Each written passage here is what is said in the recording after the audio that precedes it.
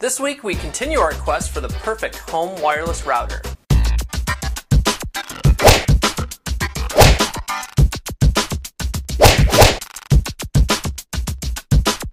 This episode of Tech Chop is brought to you by GoToMeeting with HD Faces. Welcome to episode 37 of Tech Chop. I, of course, am Paul Bauer, aka twitter.com/ElDePablo. Last week we reviewed the Asus RT N12 router, which I was running in my humble abode for about 8 months before the transceiver crapped out on me. Seeking some retribution, my kids and I smashed the crap out of it. Let's watch that again.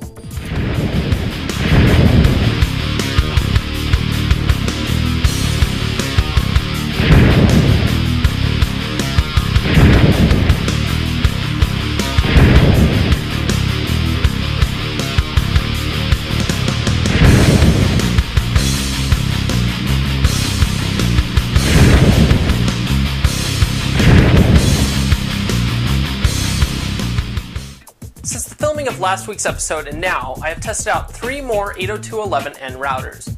The Buffalo WHR-HPG N300, the Netgear ProSafe FV5318N, and the Amped R20000G.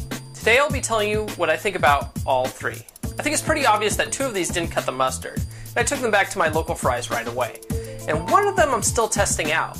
If the one that I'm currently testing out doesn't work for me either, the next one I will try will be based on a recommendation from Craig McKinder, the owner of Total Tech Resource Corp in San Diego, which is the Cisco E3200 router, which he said works for him drama-free. In the event that doesn't work out either, I may just take the advice of Jonathan Neffer, the former director of the networking and systems teams at WebSense, and just build my own Linux-based router using IP tables. Who knows? Before I get into the reviews though, let's take a quick break for our sponsor. I believe to be successful in business, you need to be able to meet with your team on a regular basis, whenever you need to, wherever you are or they are. You need to do this to discuss plans for the future, share ideas, and to bring those ideas to life. The problem is that with clients and colleagues working from anywhere but the office, meeting face-to-face is not often possible. That is, unless you use GoToMeeting with HD Faces, the powerfully simple way to meet and collaborate with your team online.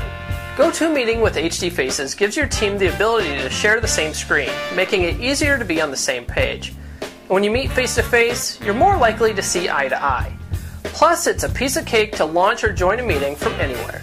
We use GoToMeeting at my day job all the time to demo our products over the web to potential customers. It saves us time and money to not have to fly all over the country to show people what we have to offer. That is how my company likes to do business both effectively and efficiently. TechJump viewers can try GoToMeeting free for 30 days. Don't wait for this special offer. Visit GoToMeeting.com, click on the Try It Free button, and use the promo code PODCAST. Be sure to use the promo code PODCAST so they know that TechShop sent you, so you can help out the show. GoToMeeting. Meeting is believing. The first router we'll be taking a look at today is the Buffalo WHR-HPG N300 router that is running a custom version of DDWRT. For those that don't know, DDWRT is an open source firmware based on Linux that you can use as an alternative to the stock firmware on many home wireless routers. Well, Buffalo has taken that firmware and customized it on some of their newer routers and put their own branding on it. The Buffalo WHR-HPG goes for a little over $50 on Amazon and supports all standard features one expects from a home router, plus VLAN support and VPN support, which is pretty cool.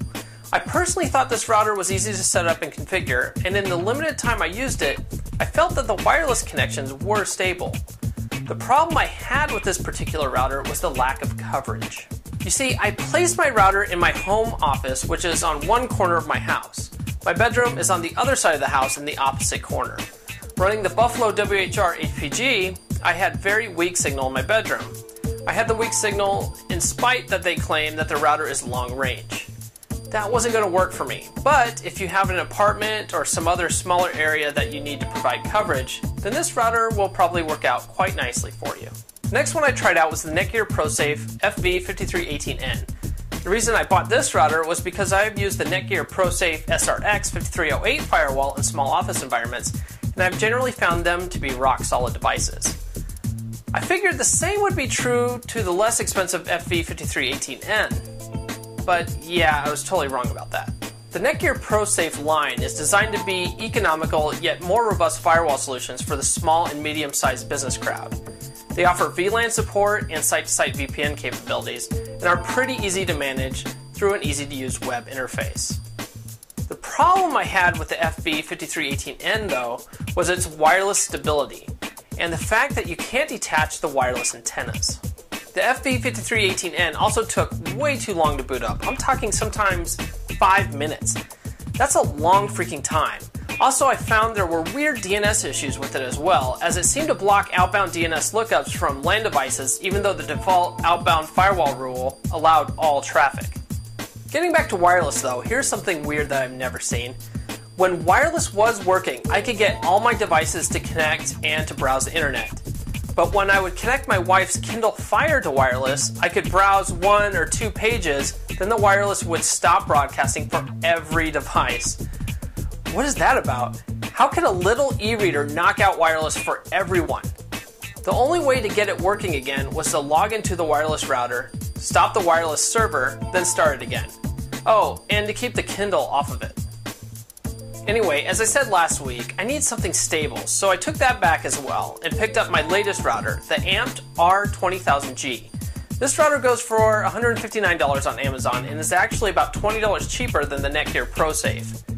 It features extreme dual band range up to 10,000 square feet, high power 2.4 GHz and 5 GHz amplifiers, removable antennas, Wi-Fi coverage and security, parental and security features, gigabit networking, powerful processor, USB storage support, QoS support, and the ability to add guest networks. Build quality of the hardware is actually pretty nice and doesn't feel like it'll break if you handle it too roughly.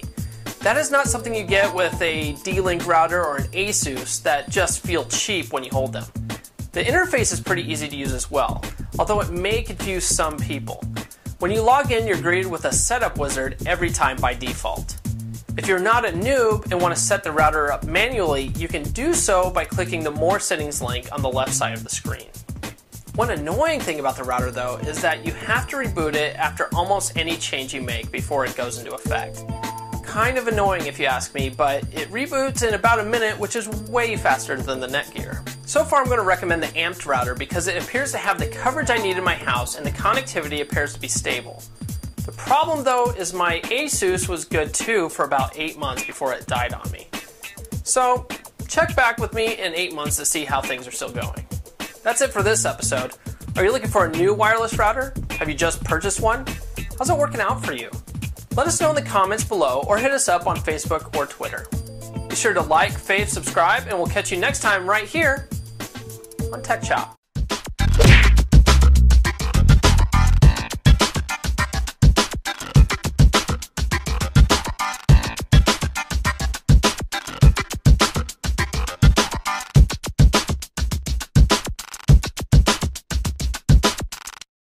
Tech Chop is a proud member of the Tech Podcast Network. TechPodcasts.com. If it's tech, it's here.